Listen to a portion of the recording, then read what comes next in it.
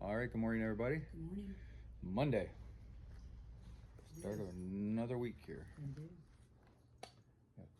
Okay, today is a part 1, Paul's relationship with the Corinthians. 1 Corinthians chapter 4, starting at verse 1. So look at Apollos and me as mere servants of Christ, who have been put in charge of explaining God's mysteries. Now, a person who is put in charge as a manager must be faithful. As for me, it matters very little how I might be evaluated by you or by any human authority. I don't even trust my own judgment on this point. My conscience is clear, but that doesn't prove I'm right. It is the Lord himself who will examine me and decide.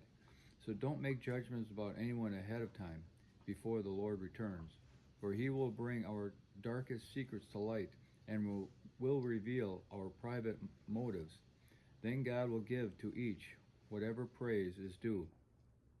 Dear brothers and sisters, I have used Apollos and myself to illustrate what I've been saying.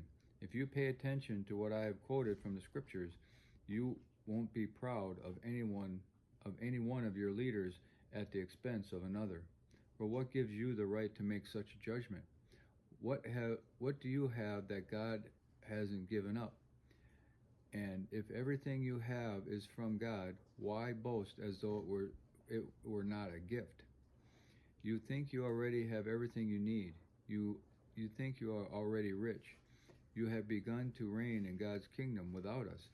I wish you really were reigning today, for then we would be reigning with you. Instead, I sometimes think God has put us apostles on display, like prisoners of war at the end of a victor's parade, condemned to die. We have become a spectacle for the entire world, to people and angels alike. Now the commentary for that part. Paul urged the Corinthians to think of him, Peter and Apollos, as mere servants of Christ, entrusted with the secret things of God. A servant does what his master tells him to do. We must do what God tells us to do in the Bible through his Holy Spirit. Each day God presents us with needs and opportunities that change us to do what we know is right. It is tempting to judge fellow Christians, evaluating on whether or not they are good followers of Christ. But only God knows a person's heart, and he is the only one with the right to judge. Paul's warning to the Corinthians should also warn us. We are to confront those who are sinning. See 1 Corinthians chapter 5, verse 12 and 13. But we must not judge who is a better servant for Christ. When you judge someone, you invariably consider yourself better, and that is arrogant. How easy it is for us to become attached to a spiritual leader. When someone has helped us, it is natural to feel loyalty. But Paul warns against having such pride in our favorite leaders that we cause divisions in the church. True spiritual leaders are representatives of Christ and have nothing to offer that God hasn't already given them.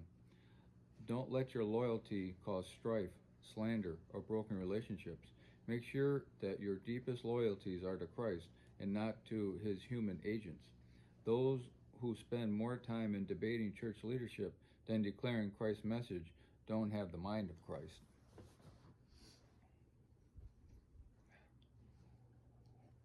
I don't know that I have very much to offer to the commentary.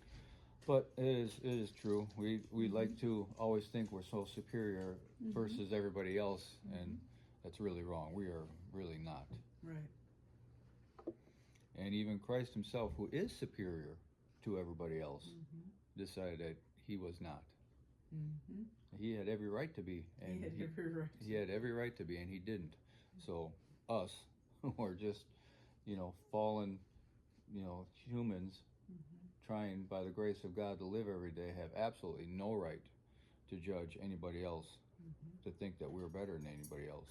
Now, it says we can judge sin, right, and we'll come to that in the next chapter, right, and that is okay, right, but not to say, well, you're sinning, so now I'm better than you. No, it's not. No, it's not. Just remember all your sin that you had. It's just a different sin. Yeah, exactly. It's not that they're sinning and we're not. Yeah, No, no. it's a different sin. Yeah. So we view it differently because we're human. Yeah. God does not view it differently. No, he really doesn't. No, he doesn't.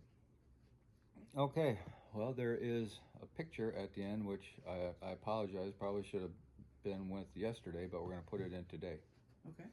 So everybody have a glorious day, and we'll talk to you later.